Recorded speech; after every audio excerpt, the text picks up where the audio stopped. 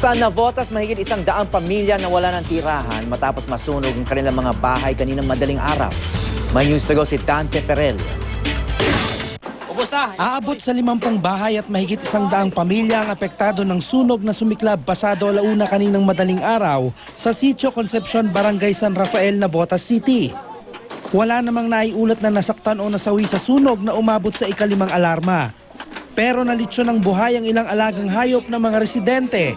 Mabilis na kumalat ang apoy dahil magkakadikit ang mga bahay. Doon muna sa Chai namin. O di kaya mag-ano na lang muna dito, maglinis tapos maglatag. Yun lang. Pero wala talaga naisalba. Wala kahit isa. Kahit isang gamit wala. Sa investigasyon, lumalabas na nagsimula raw ang apoy sa isang poste ng kuryente bago gumapang sa ikalawang palapag ng bahay ng isang residente. Electrical overload ang isa sa hinihinalang sanhi nito. Nahirapan namang apulahin ng mga bumbero ang apoy dahil makitid at isa lang ang pwedeng daanan. Nasa tabing ilog din daw ang mga bahay. Sobrang layo ng ikuta kaya ginawa nila, maglalader na lang daw sila dyan, sabi nila. Makiat sila. Oo, doon sila, galing sila dyan sa bodega sa kabila eh.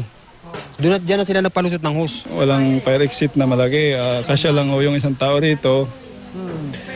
So hindi makapenetrate yung mga bombero. So hindi naman ho siya naubos pero karamihan po dito ay natupok na po.